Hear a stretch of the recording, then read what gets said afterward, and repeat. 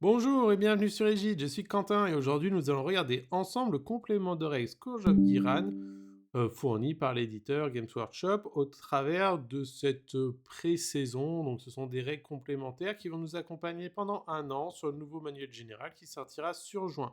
Aujourd'hui nous allons commencer déjà avant de regarder les règles des Gloom Spaghetti par faire un petit aperçu des tactiques de bataille, du nouveau système de tactiques de bataille que nous présentera le manuel du général. Alors attention, les articles de Warco ont la fâcheuse tendance d'être souvent écrits avec les pieds par des personnes qui ne font pas partie de l'entreprise, donc c'est toujours à prendre avec des pincettes, mais en tout cas aujourd'hui nous avons une carte euh, qui serait représentatif en tout cas de comment fonctionnerait le nouveau système de tactique de bataille. Donc dans l'article, et qui fait référence à un ancien article, il nous est dit que nous choisirons donc des cartes de battle tactique qui seront inscrites sur nos listes d'armées. Donc quand vous allez jouer contre un adversaire, vous saurez à l'avance les tactiques de bataille qu'il souhaite faire, ainsi que du coup l'archétype qui en découle. Pourquoi je vous parle d'archétype? Parce qu'aujourd'hui nous avons accès à la tactique de bataille, la carte de tactique de bataille numéro 5 qui comporte, on va dire, deux grandes catégories. La première, c'est le comment et la deuxième, c'est le pourquoi. Dans le comment, c'est quelles sont les unités qui vont être éligibles à faire ces tactiques de bataille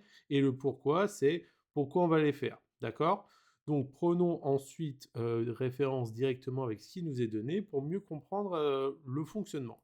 Donc là, cette tactique, cette carte numéro 5 nous dit que au début du Start of the Battle, donc au début de la bataille, toutes les unités non-héros, cavalerie et infanterie qui sont sur le champ de bataille deviennent du coup, qui sont entièrement donc, sur le champ de bataille, donc ceux qui sont en frappe en profondeur, qui sont en réserve, je suppose, ne sont pas affectés, à moins qu'une faille vienne corriger ça, mais en tout cas, pour le moment, ça vous dit qu'ils sont entièrement dans votre territoire ami, gagnent le mot-clé scout, d'accord? Donc les infanteries et la cavalerie, ce qui fait que toutes les unités qui sont monstres, machines de guerre, ce genre de choses-là, ne fonctionneraient pas avec la carte de tactique numéro 5, ce qui laisse supposer qu'on aura des cartes de tactique peut-être sur les héros, sur que la cavalerie, peut-être que sur que les monstres, que les war machines. Là en tout cas, c'est infanterie et cavalerie non héros qui gagnent le mot-clé scout. On vous dit aussi que les unités de remplacement, donc des unités qui sont décédées, qui sont revenues à la vie à mi-effectif, comptent quand même comme étant scout, gagnent le mot-clé scout, si elles avaient déjà le mot-clé scout. Et on vous dit que ces tactiques de bataille ne peuvent pas être résolues par des unités scouts qui sont en combat. Donc on comprend, unité infanterie, unité cavalerie gagnent le mot-clé scout, qui sont déployés sur votre champ de bataille. Donc si vous jouez Stormcast ou autre, il faudra bien les identifier parce que ça peut être un peu confusant avec les frappes en profondeur. Et bien sûr, ces tactiques de bataille scout sont marquées pour faire les tactiques suivantes, les trois suivantes. Cependant, vous ne pouvez pas les faire si elles sont engagées. Donc déjà, nous voyons qu'un travail sur la construction de liste est mis en place, ainsi qu'un travail sur comment marquer vos tactiques et comment les empêcher à votre adversaire de les marquer. Ce qui est toujours très pertinent, je trouve, pour un jeu qui se veut de stratégie, quand nous n'avons pas de stratégie, vu qu'on n'interagit pas avec l'adversaire. Là, vous allez pouvoir déjà commencer à interagir avec votre adversaire grâce à ceci. Alors, comme vous pouvez voir, les trois tactiques de bataille qui nous sont présentées sur cette carte valent 5 points de victoire. Est-ce que ça sera le cas sur toutes les tactiques ou pas? J'aime supposer que non, sinon on ne l'aurait pas inscrit. On aurait dit de manière générique que les tactiques de bataille valent 5, donc on va croiser les doigts pour que certaines vaillent plus cher, d'autres moins cher. En tout cas, aujourd'hui, les trois de la page 5 valent 5. Est-ce que celles de la page 1 vaudront 1, la 2, et ainsi de suite? Nous saurons ça dans les semaines à venir. Alors, les trois tactiques de bataille que nous pouvons faire donc sont faisables, je vous rappelle, qu'avec les unités qui ont le mot-clé scout, qui sont donc des infanteries ou de la cavalerie non héros qui étaient entièrement dans votre champ de bataille, territoire de bataille, lors du déploiement. Donc la première, on vous demande de compléter cette battle tactique si à la fin de votre tour, vous avez trois unités amis ou plus qui sont, du coup, avec le mot-clé scout, qui sont entièrement à l'extérieur de votre territoire allié. Donc, si on prend par exemple les scénarios sur lesquels nous travaillons aujourd'hui, nous jouons, globalement, il faut que vous sortiez entièrement du territoire. Ce qui se rapproche un peu des flancs où on nous demande d'avoir deux unités. Là, par contre, il faut être entièrement à l'extérieur. Donc, ça va vous demander un peu plus de mobilité. Ça va vous demander trois unités. Par contre, la téléportation, les frappes en profondeur, les téléportations, on va dire plutôt, là sont autorisées s'il n'y a pas de mots-clés qui encadrent ça. Donc, principalement, On va avoir des unités, on va choisir des unités qui sont sûrement de la cavalerie rapide pour pouvoir sortir du territoire. Une tactique de bataille qu'on ira faire, j'imagine, au tour 1, parce qu'il ne faut surtout pas être engagé.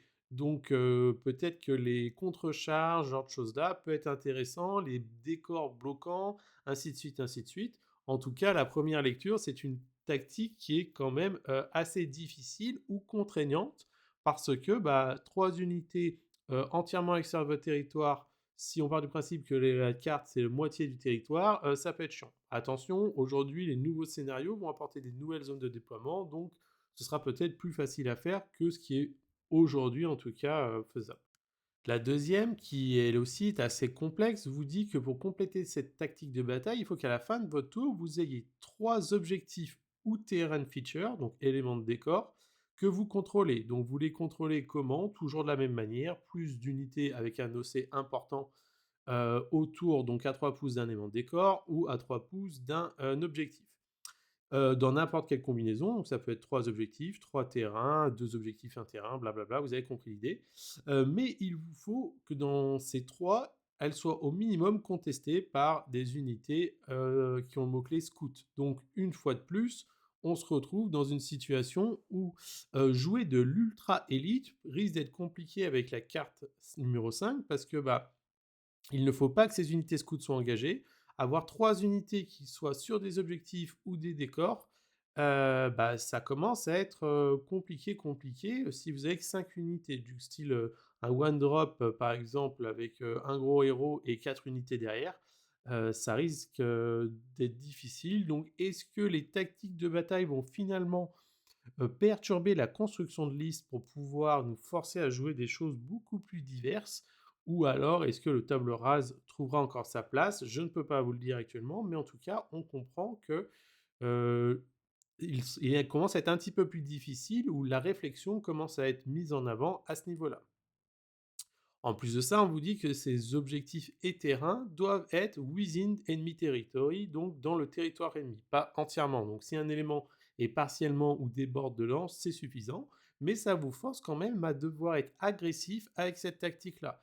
Donc si on part du principe que le jeu se joue toujours en 5 tours, que nous ne savons toujours pas, hein, peut-être 6, peut-être 4, et ben on va faire la première où il faut sortir entièrement de notre terrain, ok, faisable. Cependant, il ne faut pas être engagé, donc ça veut dire que j'ai 3 unités déjà qui tactiquement ne combattent pas.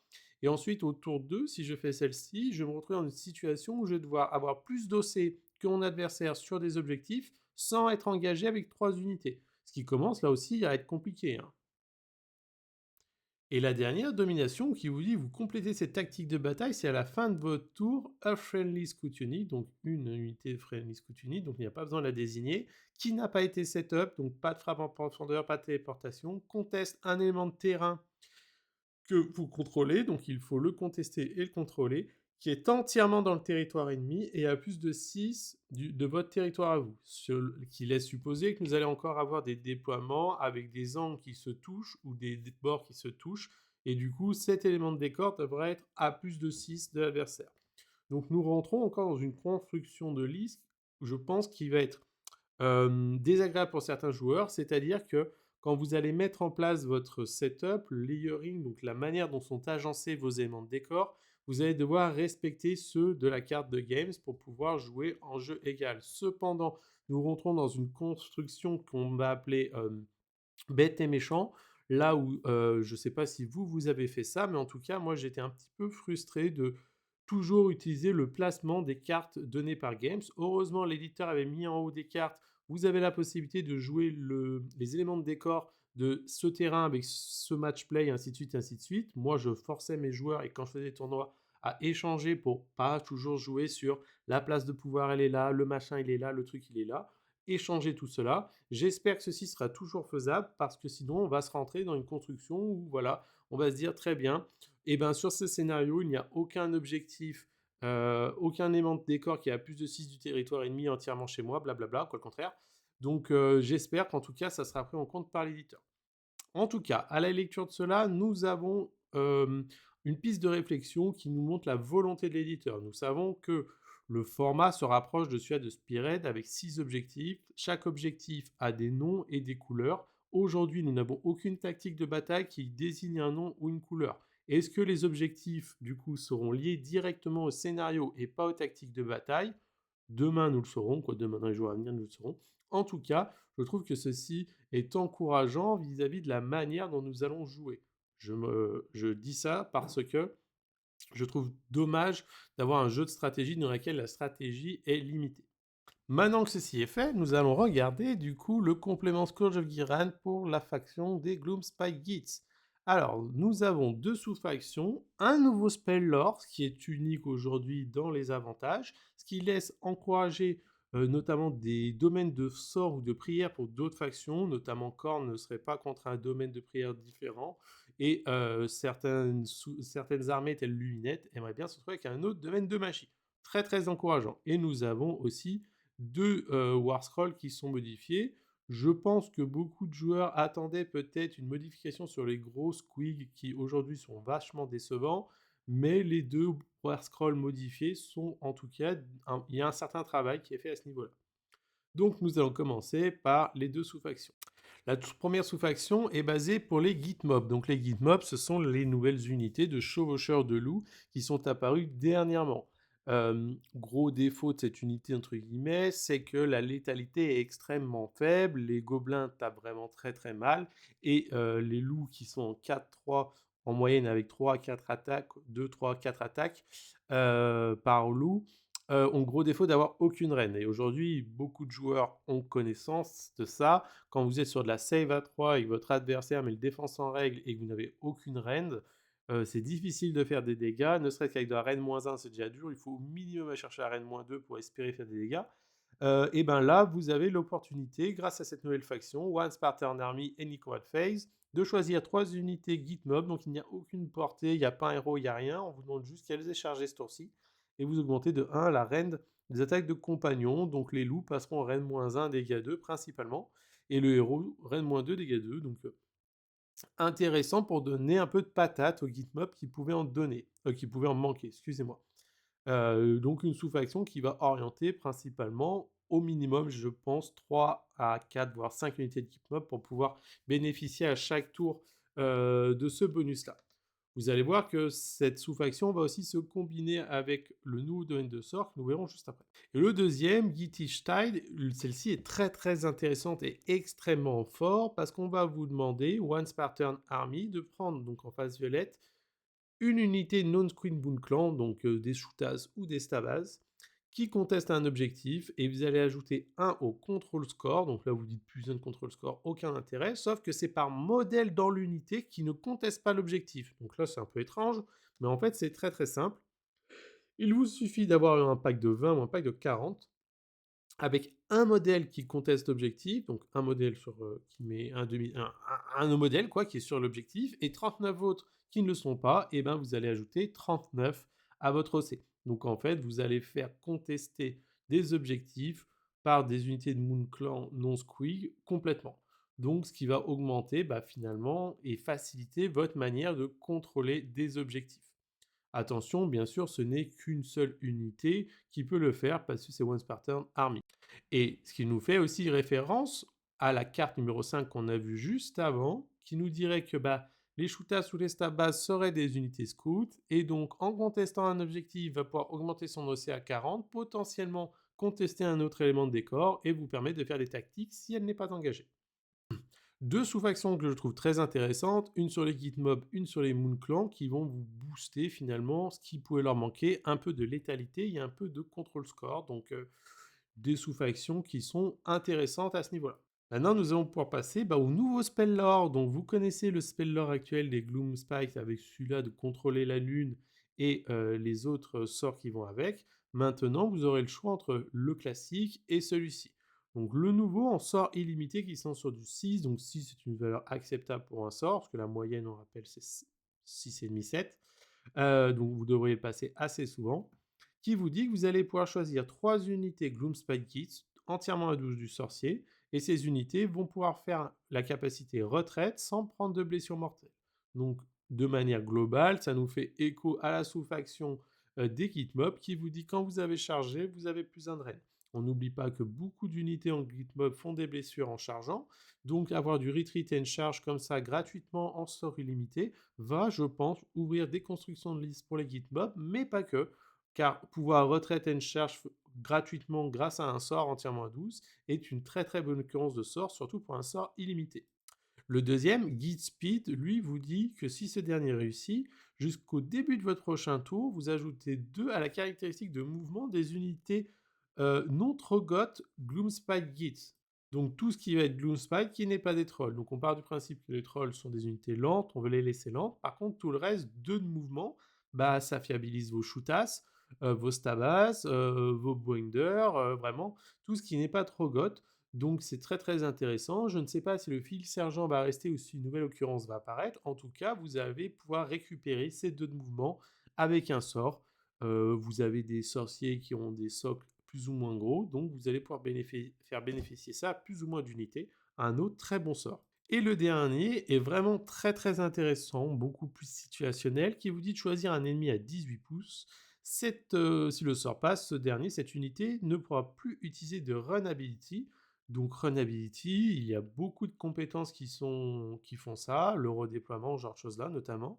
Et en plus de ça, vous allez devoir diviser par 2 la portée d'efficacité de vos armes de tir. Donc si vous tirez à 18, vous vous retrouverez à tirer à 9 et ainsi de suite, et ainsi de suite.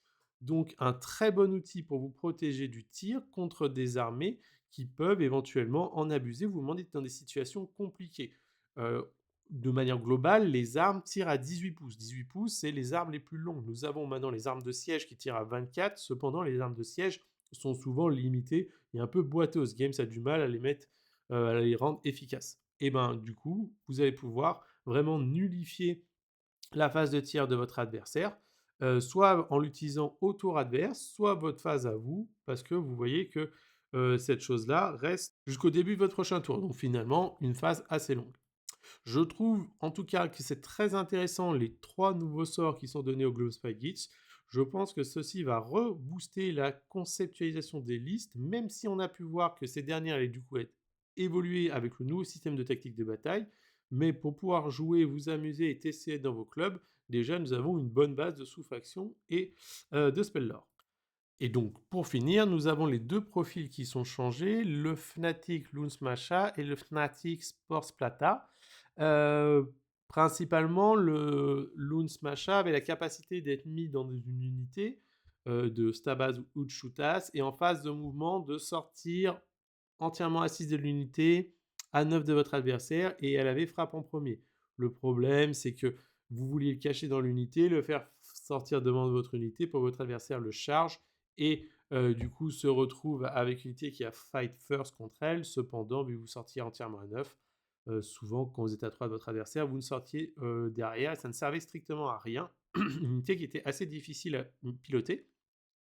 Aujourd'hui, qu'est-ce que nous avons principalement une fiabilité, c'est-à-dire que Ball and Chain, qui avant était D6 attaques, passe à 3. Donc je sais que c'est beaucoup moins explosif, mais c'est beaucoup plus stable. 3 attaques, 4, 3, moins 2 D3, c'est beaucoup plus stable que D6 attaques, 4, 3, 2 D3. Ça évite les craquages dans un sens et dans l'autre. Vous allez toujours avoir votre capacité de déployer en réserve. Là, on dit que c'est perdu dans la horde. Donc, c'est un autre mot-clé, c'est un marrant, entre guillemets, pour pas qu'il y ait de confusion.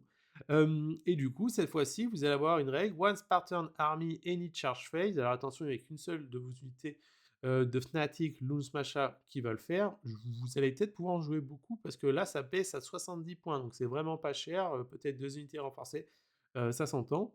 Et on va vous dire de choisir une unité qui est Lost in the Horde et du coup de la setup anywhere sur le champ de bataille et entièrement à 3 de l'unité de Moon Clan ou de Shootas ou de Stabaz. Donc vous avez votre body de Shootas ou de Stabaz, vous sortez entièrement à 3 à la phase, n'importe quelle phase de charge de cette unité. Il n'y a pas de A plus 2, d'accord? Donc si votre adversaire s'est mis à 3 pouces avec son unité de cavalerie ou d'infanterie de votre unité de Shootas ou de Stabaz, vous allez sortir dans les 3, entièrement à 3. C'est des petits bodies, ça se fait facile.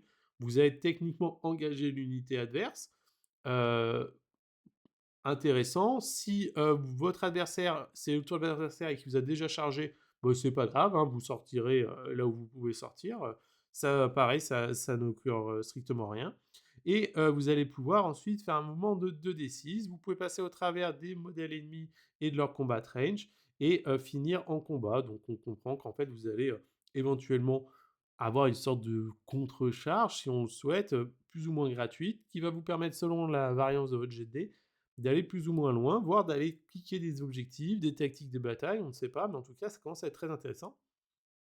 Et vous allez rouler un d6 par unité que vous traversez, ou avec laquelle vous finissez engagé, et la valeur du jet sont des blessures mortelles.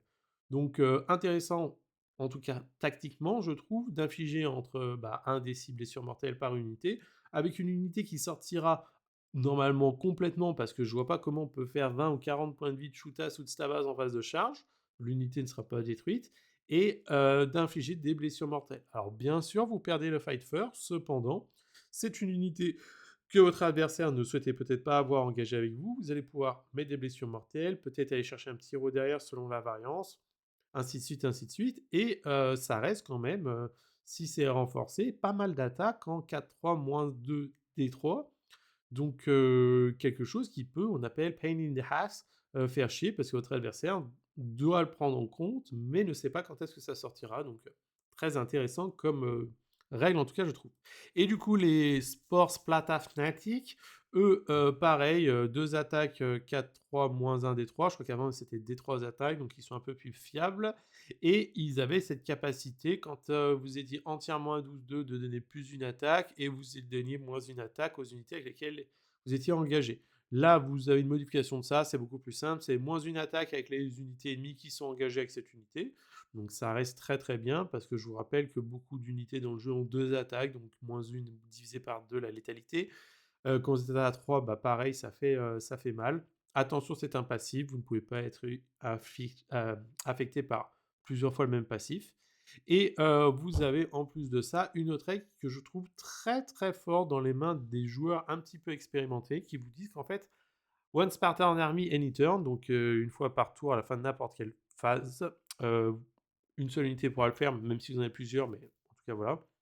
Vous allez pouvoir bouger de 2d6, sachant que vous bougez déjà de base de 2d6, donc finalement, vous allez vous retrouver à bouger de 2d6 ou de 4d6 à vos tours, au tour adverse. Et en plus, pendant ce mouvement, vous pouvez bouger dans la combat range ennemi et finir en combat.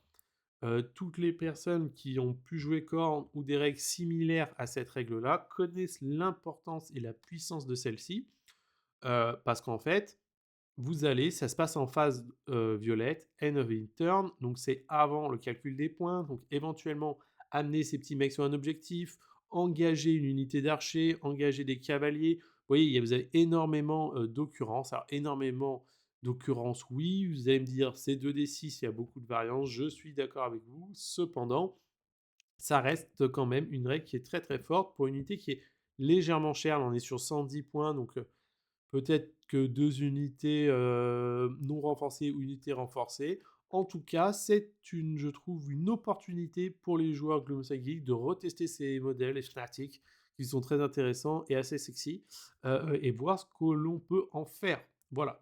En tout cas, j'espère que cette revue vous aura plu. J'espère que vous êtes heureux de ces compléments de règles que nous avons. Je suis très intéressé d'avoir un retour, en tout cas en commentaire, des nouvelles tactiques que nous avons pu voir et de la manière dont vos listes et nos listes vont évoluer à l'avenir. N'hésitez pas aussi à faire un tour sur la boutique Phoenix Wargame, qui est en lien en description. Avec le code EGID en majuscule, vous avez 10% de remise sur le site. Et moi, je récupère 5% sur vos achats, donc ce qui me permet de faire vivre la chaîne et aussi d'influencer à l'avenir mes prochains événements que j'essaye de mettre en place de manière positive. En tout cas, merci à vous. Petit like, petit commentaire, et puis à une prochaine vidéo. Ciao tout le monde!